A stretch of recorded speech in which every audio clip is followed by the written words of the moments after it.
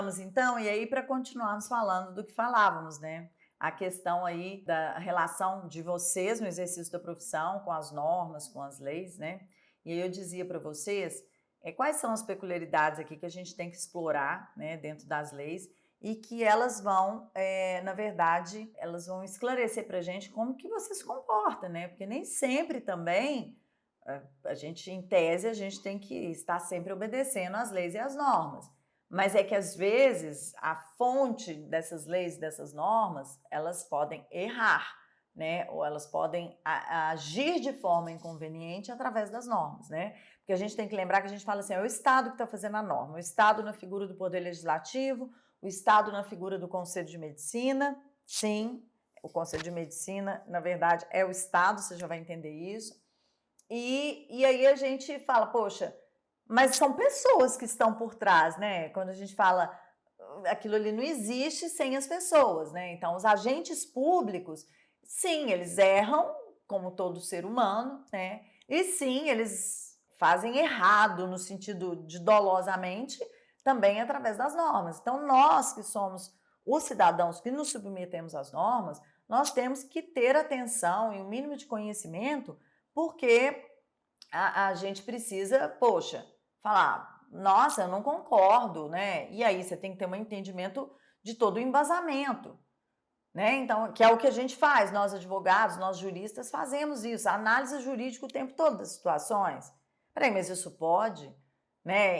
Em tese, eu volto o tempo todo lá nos princípios norteadores lá da Constituição Federal. Às vezes eu vejo uma lei aqui e falo, mas isso é, gente, isso não pode, isso contraria a própria Constituição. Ah, mas aí virou lei? Pois é, não vou nem questionar aqui como que chega lá, tá? A gente só tem que entender que isso também acontece. Então, também não temos que simplesmente obedecer às leis cegamente se as próprias leis estão, às vezes, contrariando a Constituição, princípios jurídicos, né, direitos elementares, direitos humanos, né? Então, nós temos que ter a condição de fazer esse raciocínio, né? Então, assim, um outro ponto, né, da diferença, né? Aliás, isso já não vai mais ser uma diferença, vai ser uma convergência aqui. Entre leis e normas, é o fato de que nós vamos ver em ambos, tá? Uma condição que é atribuída pelo Estado, tanto às leis feitas pelo Poder Legislativo, quanto às normas escritas feitas por outros órgãos, tá? Que é o que vai fazer que a gente obedeça essas normas no sentido amplo, as normas escritas, que é o que a gente chama de poder coercitivo. Então, o poder coercitivo é aquilo que é dado pelo Estado, né, uma atribuição das normas que vão me fazer querer obedecê-las. E o que me faz, na verdade, querer obedecer às leis, sem às vezes até mesmo questioná-las, é o receio que eu tenho da consequência que existe por trás da promessa ali, a promessa que existe de consequência é por trás do texto da lei. Né? Então, toda lei está te dizendo ali, está te dando um comando, está te dizendo haja assim, não haja assim, né? Isso se faz assim, é a receita do bolo, né? O contrato, né? O casamento, né? Como que é isso? Né? A relação de filiação, né? Quais são os meus deveres, quais são os meus direitos. Então, ele está dizendo, de certa forma, como comportar. Né? Eu extraio o meu comportamento dessas noções, certo? Mas aí, por que eu tenho essa obediência à lei? Porque se eu não cumpri-la, veja, se for uma lei penal, tem uma consequência penal de pena. Então, eu posso ser preso, eu posso pagar uma multa, posso ser preso e pagar uma multa, pode ser um crime de menor potencial ofensivo, e ao invés de eu ser preso, eu posso sofrer penas restritivas de direitos. Uma pena restritiva de direito que existe no nosso sistema jurídico e que nos importa enquanto profissionais é a suspensão do direito do exercício da profissão. Para todos os casos, para todas as profissões, para todas as atividades.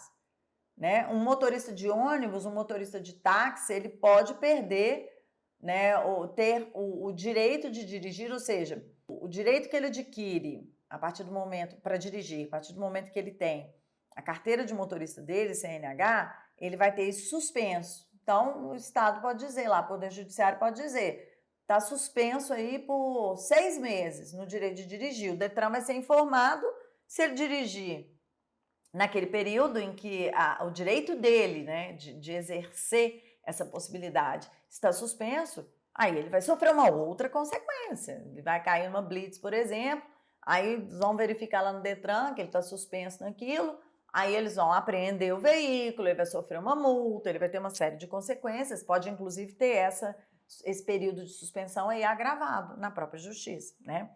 Então, o que eu estou querendo dizer é que isso é para todas as atividades, né? Então, você pode ter o exercício de um cargo público suspenso, o exercício da sua profissão suspenso por um período. Quando? Principalmente quando isso tem relação com o crime que foi cometido. Então, por exemplo, uma lesão corporal leve, levíssima, né? Que você teve que responder perante o juizado especial, não tem pena de prisão, mas o juiz entende que uma boa pena substitutiva é suspender o direito do médico, né, por um período X, 3 meses, 6 meses, conforme a gravidade do caso, para o exercício daquela profissão. Mas isso não costuma acontecer, não, né? Não costuma ser essa a sanção, mas é uma possibilidade, mostrando aqui para vocês consequências da lei, isso da lei penal. Mas, por exemplo, se você não cumpre determinadas leis, e aí eu vou citar o próprio contrato, porque o contrato, vocês já devem ter ouvido falar isso, ele é tido como lei entre as partes, tá? Então, o contrato sendo lei entre as partes, né, e é a própria lei quem faz isso, ou seja, todas as vezes que eu tenho um contrato equilibrado, o que é um contrato equilibrado? Em que o direito, o Estado, enxerga as duas partes, contratante e contratado, tá? Como pessoas com o mesmo nível de capacidade, né? O Estado não sente necessidade em, aplicando o princípio da isonomia, desequilibrar a balança, né, entre as partes, para então dizer que finalmente elas estão iguais. Isso acontece, por exemplo, aonde? Na relação de consumo, que vocês já devem muito ter ouvido falar também, né, que nós vamos entrar depois, mais tarde, nessa disciplina, um pouquinho no Código de Defesa do Consumidor. Então, você já deve ter ouvido falar, ou tem a noção aí, de que numa relação de consumo, o Código de Defesa do Consumidor, ele trata, no caso, o seu consumidor ou o seu paciente, né, como um vulnerável. Então, essa balança não está sendo vista dessa forma, nessa sua relação contratual com essa pessoa, né? Então, o Estado está enxergando assim, ó, tem alguém com vantagem, a balança quando ela pesa, né? É porque esse aqui, ó, ele está normalmente com mais vantagem, tá lá embaixo. Aí ele usa o princípio da isonomia através das regras de princípios e direitos trazidos pelo Código de Defesa do Consumidor e aplicando essas normas que privilegiam este consumidor, que é o seu paciente, ele entende que foi feito esse equilíbrio. Então, ele trata todo paciente, todo consumidor, e isso, de certa forma, é bom, né, gente? Porque todos nós somos consumidores em algum momento da vida, né? Então, às vezes a gente é o fornecedor, mas com certeza a gente é consumidor também. Então, nessas relações de consumo, nós somos vulneráveis. E aí o Estado vai interferir nesse contrato. Mas quando não existe esse tipo de proteção, tá? Então, a relação é equilibrada. E aí disse, né, que o que você contratou com o outro é lei entre as partes. Só fazendo um parênteses. Professor, então quer dizer que lá, quando a relação é de consumo, aquilo que está contratado não é lei entre as partes? Não. A princípio é, tá? O não é porque não, eu fiz afirmativa aqui, negativa, errado. Porque eu perguntei, né? Se aquilo ali não é lei entre as partes. Aquilo ali é lei entre as partes, respondendo mais corretamente, na medida em que as cláusulas estabelecidas não tornam o outro, não colocam o outro numa situação de desvantagem. Não está ninguém com desvantagem, tá? Se for uma relação de consumo e nós vislumbrarmos desvantagens, desproporcionalidade nessa relação, se for relação de consumo, o próprio Código de Defesa do Consumidor normalmente já vai ter as regras para trazer o equilíbrio. Mas pode acontecer até mesmo vamos dizer assim, eu estou fazendo um contrato para dizer que está igualzinho, pé de igualdade. Estou fazendo um contrato com outro advogado, né? Então, vamos dizer assim, está super equilibrada essa relação, né? Então, e essa relação não tem nenhum contorno de relação de consumo. Então, por exemplo, eu estou tomando serviço como prestador de serviço, outro advogado, tá? E aí, eu, por exemplo, estou contratando um advogado para fazer audiências para mim, só audiências. Então, ele também é advogado, então não tem desequilíbrio. Mas eu posso ter escrito nas cláusulas do nosso contrato condições muito desproporcionais. Condições que, quando eu analiso o contrato diante das circunstâncias, aí sim eu enxergo, né, que existe uma desproporcionalidade. Então, vamos dizer assim, mesmo essa relação sendo uma relação aparentemente equilibrada, ela está desequilibrada porque vão existir abusos. Então, ou o valor que eu estou remunerando é muito baixo, nossa, é aviltante, ou, né, as condições de rescisão, por exemplo, elas são vantajosas para mim, são desvantajosas para essa pessoa, né, para outra pessoa. Ou também, nessas desvantagens, né, uma coisa que acontece muito, eu coloco uma cláusula penal me favorecendo caso aquela pessoa descumpra determinada cláusula.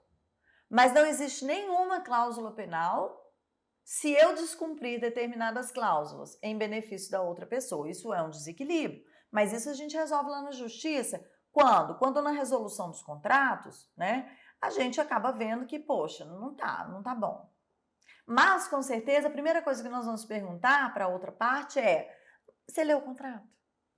Você concordou? Você assinou? Essa assinatura é sua? Você foi coagido? Você estava consciente? Você foi drogado? Por quê? Porque esses são elementos essenciais para a gente verificar se realmente essas partes estavam expressando, que é o primeiro elemento aí, né, da legitimidade de um contrato, né? O quê? A minha vontade de forma consciente, né, que realmente expresse o que eu queria, certo? Então, às vezes a gente vê aí uns contratos, né, que está cada vez mais comum, a gente vê cláusulas esquisitas. Nem sempre o esquisito é ilegal dentro de um contrato. Então, sim, o contrato é lei entre as partes na medida em que há absoluta legalidade nas cláusulas contratuais e absoluta licitude em tudo que é feito, inclusive verificando a condição de expressão da vontade e consciência de cada uma das partes. E se essa relação não precede já uma proteção especial da lei. Então, pensando num contrato como esse, eu diria, sim, o contrato é lei entre as partes, né? E aí nós vamos falar de uma outra espécie aqui de noção de norma, que eu falava para vocês da consequência da norma, que é o que me faz, né, obedecer à norma, né? Então, eu falava assim, então, um contrato, porque se ele estiver todo nos termos da lei, ele se tornou uma lei privada ali entre aquelas duas partes e sim, tem valor jurídico. E o que eu tenho medo num contrato? Ai, de eu não cumprir e eu ter que responder aí pelas cláusulas, né, de inadimplência, cláusulas penais, perda de valores, aplicação de multa, responsabilidade por indenizar, né? Da mesma forma que eu receio que a outra parte não cumpra a parte dela, que a pessoa não me pague, ou que ela não preste o serviço, ou não preste o serviço corretamente. Então, nós vamos cumprir o contrato a princípio, porque nós não queremos as consequências do contrato. E o contrato não seria lei entre as partes se não existissem as cláusulas que vão prever as consequências caso uma das partes não cumpra o contrato. Isso é o poder coercitivo que existe nas cláusulas contratuais e que existe nas normas escritas, mas que não são leis, e nas leis também. Isso é em comum com todos, né? E o que é esse poder coercitivo? É a verdadeira possibilidade e poder que existe de fazer cumprir. Se eu poderia virar para uma pessoa e falar assim, não vou cumprir a cláusula, não estou nem aí. Ah, mas você vai ter que pagar uma indenização. Não tô nem aí, não vou pagar. De jeito que é assim, não vou pagar. Tô nem aí. Se vira, corre atrás, né? Lute, você que lute.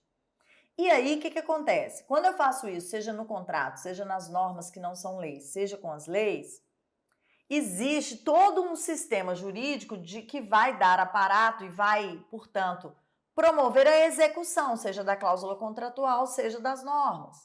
Então, por exemplo, você comete um crime, você pode ser preso, você vai ser processado, mesmo que você não queira, né? Vamos dizer, uma pena de prisão. A pessoa fala assim, não quero, mas eu não quero ser preso, eu não vou preso. Vai porque o Estado vai legitimar um agente público dele a poder te pegar à força, mesmo que você vai esperneando, mesmo que você resista, e quanto mais você resistir, mais o Estado vai autorizar o uso da força física e te colocar lá dentro da cela. E você pode chorar, gritar, espernear. Não adianta. Porque todos vão olhar para aquilo e falar assim, está legitimado pela lei, legitimado pelo processo, né?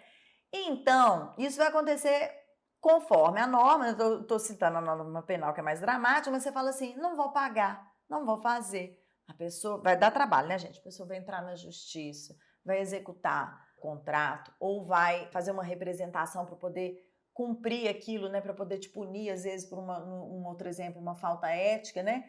E aí sim o Estado vai vir, vai legitimar, não adianta chorar. Ah, mas eu não vou pagar.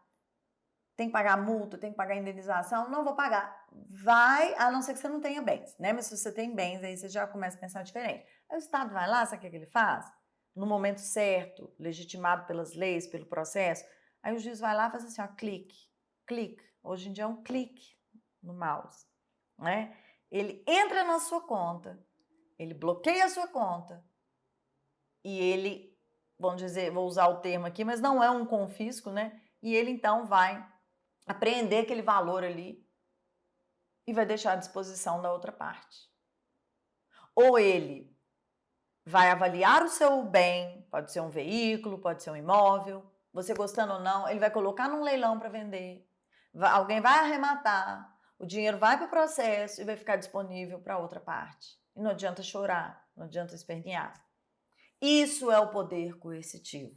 E é por isso, no fundo, que a gente cumpre com responsabilidade, né, as leis, né? Então, esse tópico aqui, nós ficamos por aqui, mas olha, esse assunto parece às vezes inesgotável, porque quanto mais eu falo aqui com vocês, mais situações surgem na minha mente. Eu quero falar disso com vocês no próximo quadro.